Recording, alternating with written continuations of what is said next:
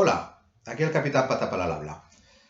Uno de los objetivos de este videoblog era abordar la narrativa de terror aprovechando la actualidad, es decir, dejar que los propios hechos que vayan ocurriendo, tanto en el panorama editorial como en el mundo del arte, como en la sociedad misma, nos marquen un poco el calendario de los aspectos que vamos a tratar relacionados con la narrativa de terror, el género fantástico.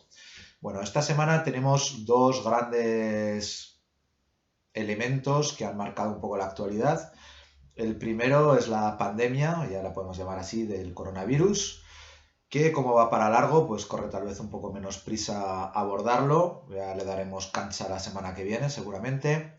Y el otro que para mí es insoslayable ha sido las reivindicaciones feministas del domingo pasado.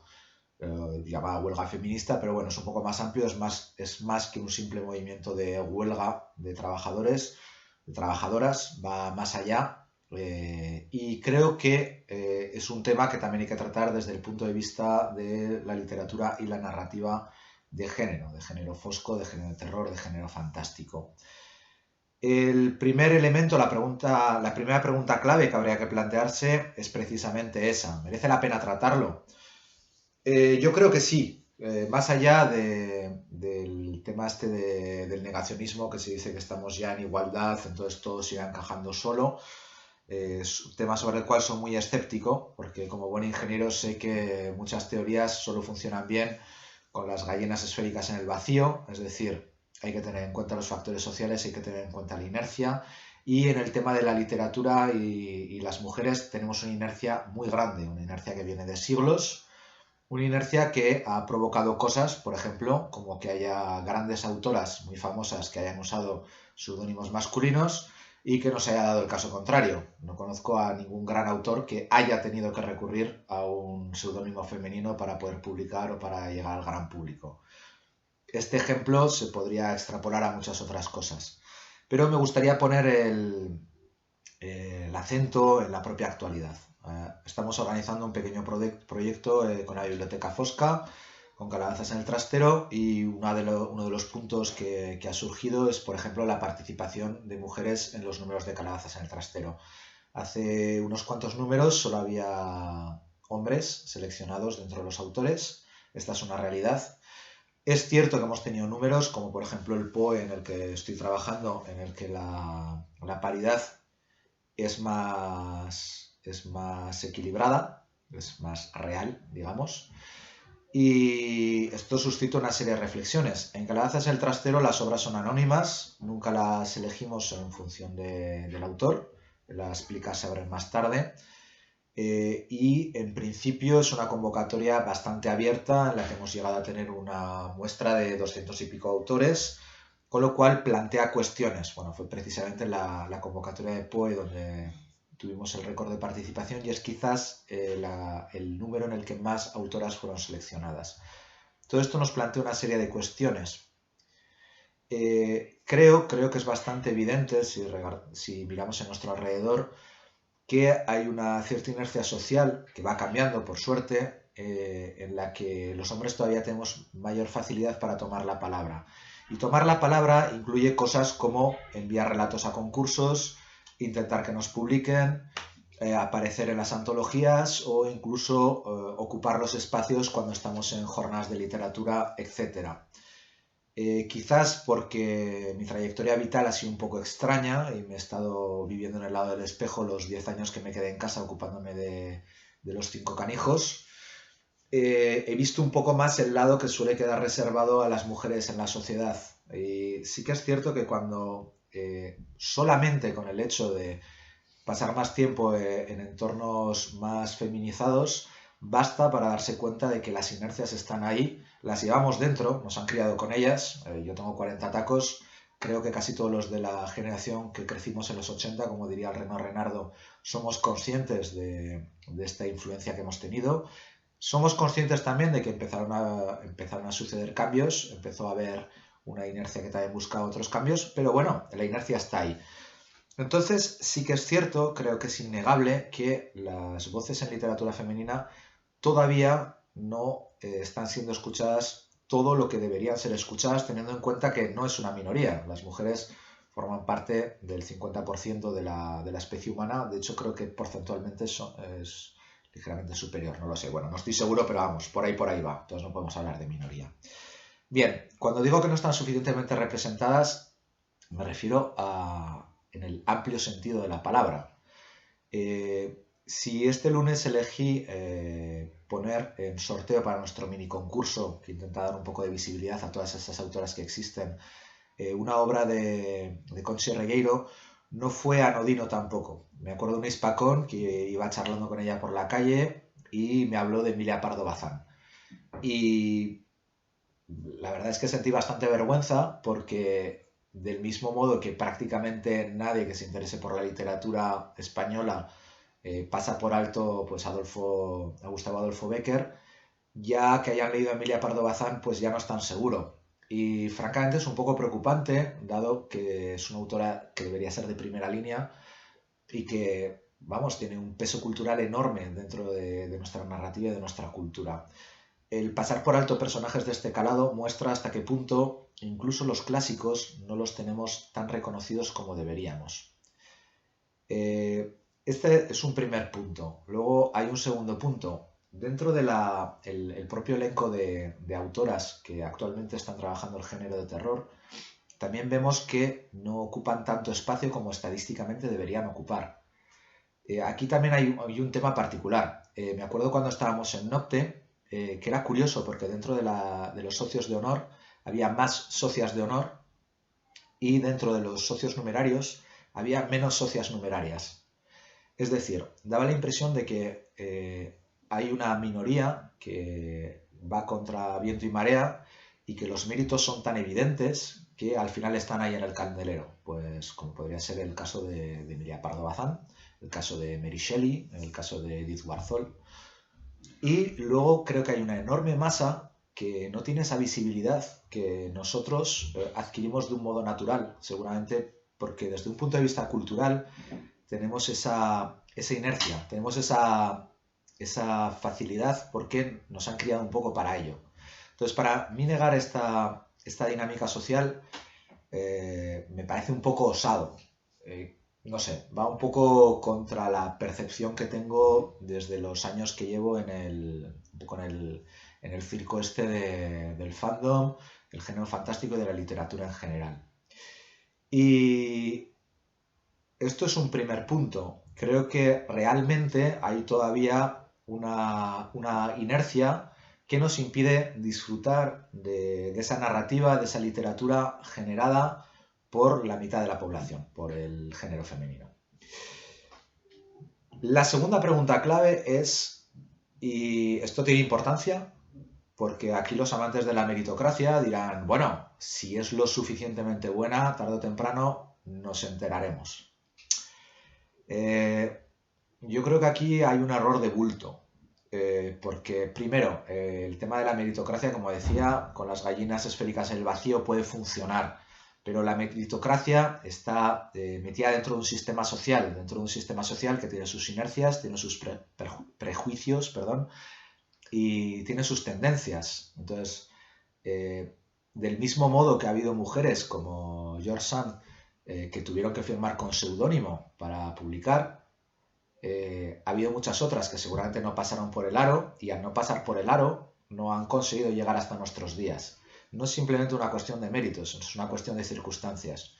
Me recuerda un poco al caso de J.K. Rowling, que ella estuvo en el paro mucho tiempo y recibía ayudas sociales y tal, y gracias a que recibía ayudas sociales, pues pudo dedicarse a escribir Harry Potter.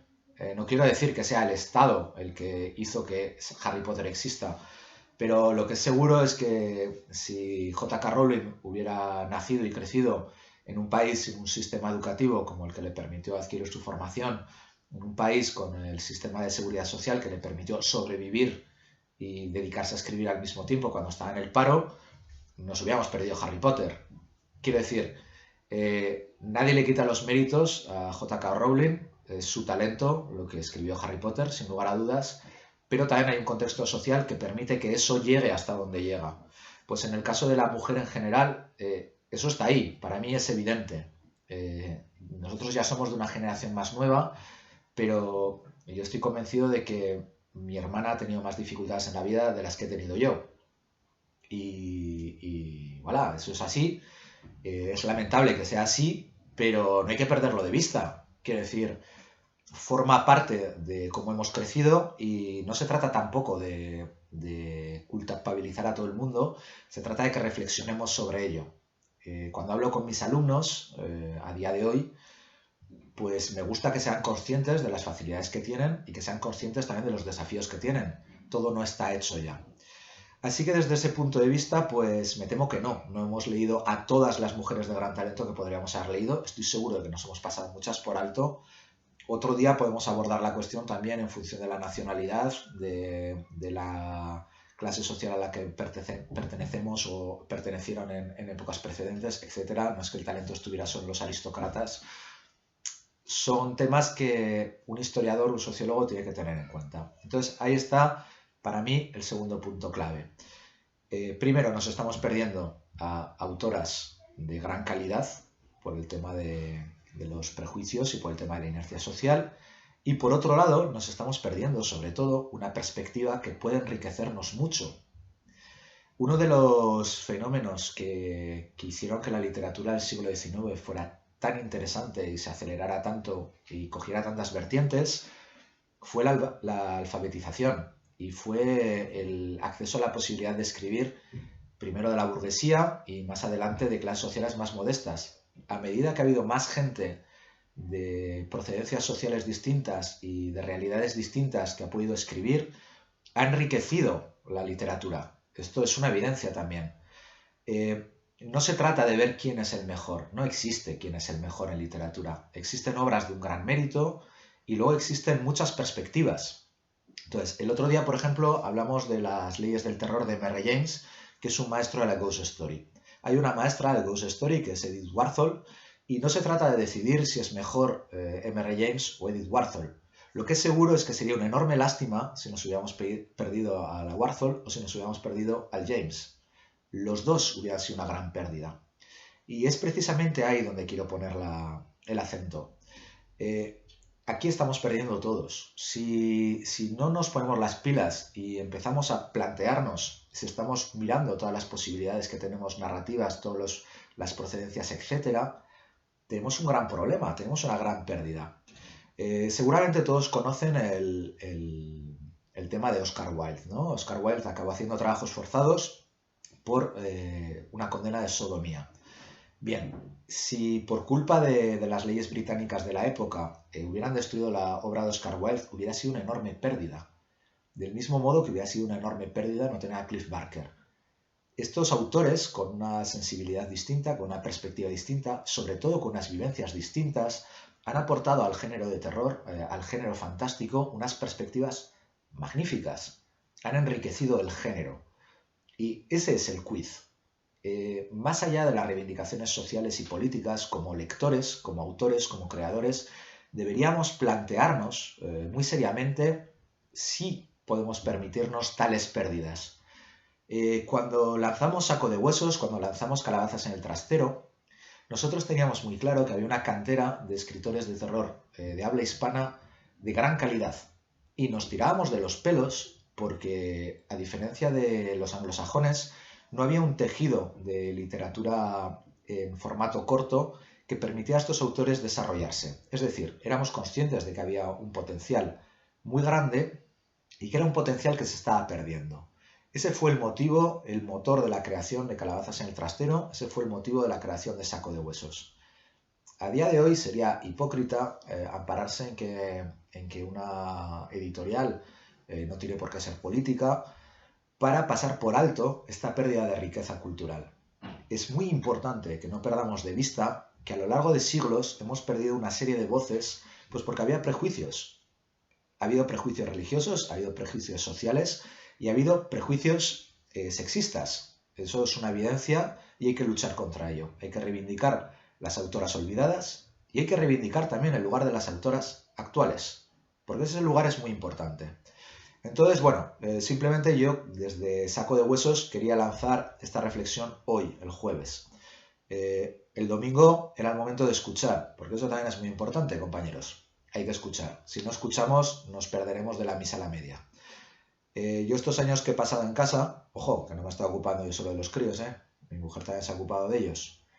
He tenido el privilegio de estar, como digo, al otro lado del espejo, a ese lugar, a las cocinas, que diría Morgan, donde está el hogar, donde se cuece la auténtica hechicería, estar en la trastienda, estar en la parte de atrás, y he aprendido mucho, pero queda muchísimo más por aprender. Venimos de una generación que ha estado educada como ha estado educada, incluso las familias que eran más bien progresistas, cuento a la mía entre ellas, pero hay que mantenerse alerta y yo creo que lo mínimo que toca es un poco de reflexión al respecto. Yo supongo que no todos estaremos de acuerdo, no todos vamos a las mismas velocidades, estoy seguro de que yo me paso muchas cosas por alto, pero no quería perder la oportunidad de hablar de este tema porque me parecería me parecería hipócrita o incluso cobarde no hacerlo. Es posible que no sea el más indicado para hablar del tema, no pasa nada, tenemos el foro ahí para comentarlo, dejad vuestros comentarios, dejad vuestros puntos de vista, pero como digo, si creamos calabazas en el trastero y saco de huesos precisamente para poner de manifiesto, bajo el foco a todos esos autores que cultivaban el género de terror, el género fosco en habla hispana y que están un poco olvidados, sería un fallo garrafal no plantearnos si estamos dando también esa visibilidad necesaria a las autoras. Porque como digo, lo queramos o no, hay una cierta inercia que hace que no tengan la misma visibilidad que hemos tenido nosotros. Las mismas oportunidades tal vez, el mismo entramado. Muchas veces cuando mis alumnos, que son muy mágicos, me dicen, joder, si es que usted hace de todo y tal, y escribe, y es ingeniero, y no sé qué, no sé cuál, yo siempre les digo lo mismo. He tenido mucha suerte. Nacido en una familia que se rompió la espalda para que pudiéramos estudiar.